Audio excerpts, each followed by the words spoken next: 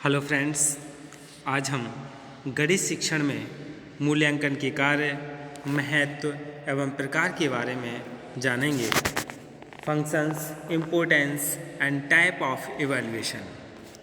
मूल्यांकन के कार्य यानी फंक्शंस ऑफ इवैल्यूएशन जान लें कि क्या है मूल्यांकन के कार्य। शिक्षा के क्षेत्र में मूल्यांकन के निम्नलिखित कार्य होते हैं और ये एक एक करके जान लेते हैं। यह है बालक की योग्यताओं यानी जो मूल्यांकन है ये बालक की योग्यताओं, क्षमताओं, रुचियों आदि का पता लगाने में सहायक होता है। इन्हीं योग्यताओं, क्षमताओं, रुचियों आदि को आधार बनाकर बालक के भविष्य का निर्माण किया जाता है। मूल्यांकन का कार्य उपकरणों यानी एपरेटस में सुधार व परिवर्तन लाता है। यानी मूल्यांकन क्या करता है, जो उपकरण हैं उन सभी में सुधार और परिवर्तन लाता है। मूल्यांकन के द्वारा पाठ्यक्रम में सुधार लाया जाता है कि इससे यह रिजल्ट रहा तो अब की बार ये परिवर्तन कर दिया जाए तो इस तरीके का परिणाम प्राप्त होगा। इसलिए क्या है, पाठ्यक्रम में भी सुधार किया जाता है। और मूल्यांकन के द्वारा परीक्षण प्रणाली को विश्वसनीय यानी रिलायबल व वैध यानी वैलिड बनाया जा सकता है। मूल्यांकन के द्वारा ही जो परीक्षण प्रणाली है, टेस्टिंग सिस्टम है, तो उस सभी में क्या है, विश्वसनीय और वैधता को बनाया जा सकता है। इसके द्वारा बालकों की विभिन्न योग्यताओं का विकास व शिक्षण अधिगम प्रक्रिया में सुधार लाया जा सकता है। यानी मूल्यांकन के द्वारा जो बालक की विभिन्न योग्यताएं होती हैं उन सभी का क्या है, विकास, शिक्षण अधिगम प्रक्रिया, इन सभी में सुधार लाया जाता है। मूल्यांकन बालक के चहुमुखी विकास में सहायक सिद्ध होगा। यानी मूल्यांकन जो है बालक का जो विकास करना है, चहुमुखी विकास, उन सभी में क्या है, सहायक सिद्ध होता है। अब हम मूल्यांकन का महत्व जान लें कि क्या है। इम्पोर्टेंस ऑफ इवैल्यूएशन, मूल्यांकन का महत्व। बालक में निहित योग्यताओं के संबंध में जानकारी। Knowledge about the relation of the ability. शिक्षा का सबसे पहला व महत्वपूर्ण कार्य बालक का मानसिक, शारीरिक व भावात्मक विकास करना है। जैसे बालक के मानसिक विकास को करने के लिए ज्ञान, बोध, प्रयोग, संश्लेषण, विश्लेषण, इन सभी क्रियाओं को विकसित करना है, इसके अभाव में बालक का मानसिक विकास करना संभव नहीं होता। फिर है उद्देश्य प्राप्ति की सीमा के संबंध में जानकारी। Knowledge as related to the achieving the गोल।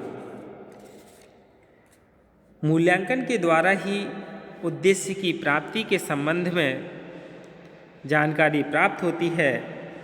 शिक्षण की प्रक्रिया के संचालन से पूर्व जिन उद्देश्यों को निर्धारित किया जाता है उनकी सफलता की सीमा को मूल्यांकन के द्वारा ही आंका जा सकता है। क्योंकि जब तक शिक्षण को यह मालूम नहीं होता कि उसके द्वारा किए गए शैक्षिक क्रियाकलापों के परिणाम स्वरूप विद्यार्थियों के व्यवहार परिवर्तन किस सीमा तक हुआ है, तब तक वह इस बात का निर्धारण भी नहीं कर सकता कि उसने किस सीमा तक सफलता प्राप्त की है और भावी व्यवहार परिवर्तनों के लिए वह किस प्रकार के अधिगम अनुभवों का संप्रेषण करेंगे। फिर है विद्यार्थियों की उपलब्धियों के संबंध में जानकारी। Knowledge to the relation the achievement of students. मूल्यांकन की प्रक्रिया के फलस्वरूप विद्यार्थियों की उपलब्धि के संबंध में जानकारी प्राप्त होती है। परीक्षा के अवसर पर ही विद्यार्थियों को यह अवसर मिलता है कि उसने जो ज्ञान प्राप्त किया है उसे बाह्य परिस्थितियों में अभिव्यक्त करे, यानी परीक्षा में प्रेजेंट हो। यह अभिव्यक्ति मौखिक भी हो सकती है और लिखित भी, दोनों तरह से भी हो सकती है। यह अभिव्यक्ति ही मूल्यांकन प्रक्रिया का आधार बनाई जाती है। इससे यह ज्ञात होता है कि किस विद्यार्थी ने किस विषय में कितनी उपलब्धि प्राप्त की है।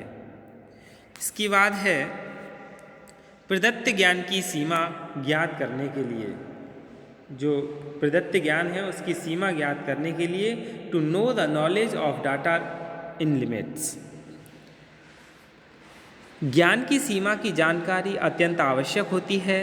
बालक का विकास इन अधिगम अनुभवों पर ही निर्भर होता है। इसके आधार पर ही यह ज्ञात होता है कि बालक में निहित जो उपस्थित हैं अमूर्त शक्तियाँ, उनका विकास किस सीमा तक हुआ है, तथा यह भी ज्ञात हो जाता है कि किस विद्यार्थी या बालक ने किस सीमा तक ज्ञान प्राप्त किया है। अधिगम अनुभव यानी लर्निंग एक्सपीरियंस की एक विशिष्ट प्रक्रिया होती है, जिसमें पहले अनुभवों का संप्रेषण किया जाता है। फिर इन संप्रेषित अनुभवों को प्राप्त करके विद्यार्थी इन अनुभवों का प्रयोग विभिन्न परिस्थितियों में करते हैं। इसके आधार पर ही शिक्षण की प्रभावशीलता का ज्ञान होता है। फिर है शिक्षण में परिवर्तन तथा वांछित सुधार के लिए। वांछित सुधार के लिए क्या है? वांछित सुधार के लिए for the desirable improvement and changes in teaching. विद्यार्थियों में निहित शक्तियों का विकास करने की दृष्टि से शिक्षण प्रक्रिया यानी टीचिंग प्रोसेस का विशेष महत्व होता है।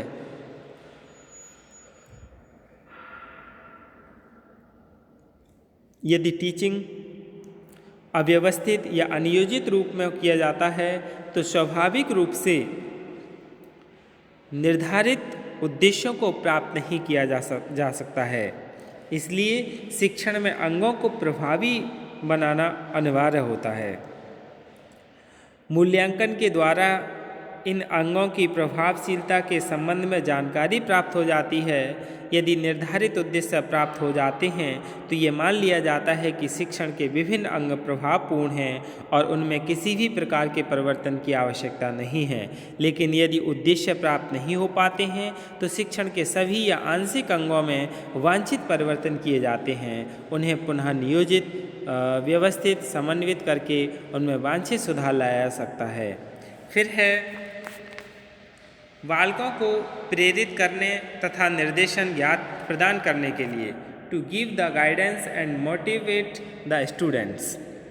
मूल्यांकन बालकों को प्रेरित व निर्देशित करने में सहायता प्रदान पहुंचाता है। यदि मूल्यांकन के आधार पर किसी विद्यार्थी को सफल घोषित कर दिया जाए तो उस विद्यार्थी की सभी जगह प्रशंसा होगी और होती है। विद्यालय व अभिभावकों को इन सभी के द्वारा उसे पुरस्कृत किया जाता है, जो अप्रेरणा का कार्य करता है। इससे विद्यार्थी या बालक अधिगम की दिशा में तीव्र गति से प्रगति करने लगता है। लेकिन यदि बालक को कम अंक प्राप्त होते हैं और वह वांछित उपलब्धि व सफलता प्राप्त नहीं कर पाता है तो मूल्यांकन के आधार पर यह ज्ञात किया जा सकता है कि इन कठिनाइयों के परिणाम स्वरूप वह असफल हुआ है तथा इसके साथ उसे निर्देशन यानी गाइडेंस भी प्रदान किया जाता है। अब हम जानेंगे मूल्यांकन के प्रकार, टाइप्स ऑफ इवैल्यूएशन। मूल्यांकन के प्रकार यानी निर्माणात्मक मूल्यांकन, निदानात्मक मूल्यांकन और कई तरीके के मूल्यांकन हैं। संकलनात्मक मूल्यांकन और सतत और व्यापक मूल्यांकन, इन सभी के बारे में जान लेते हैं। निर्माणात्मक मूल्यांकन यानी फॉर्मेटिव इवैल्यूएशन। सन 1967 में निर्माणात्मक मूल्यांकन का अर्थ स्क्रीबेन ने स्पष्ट करते हुए कहा कि निर्माणात्मक मूल्यांकन का कार्य पाठ्यक्रम में लगातार विकास करना है तथा साथ ही साथ उसमें सुधार लाना भी है। पाठ्यक्रम का निर्माण विशेष लक्ष्यों को ध्यान में रखकर किया जाता है।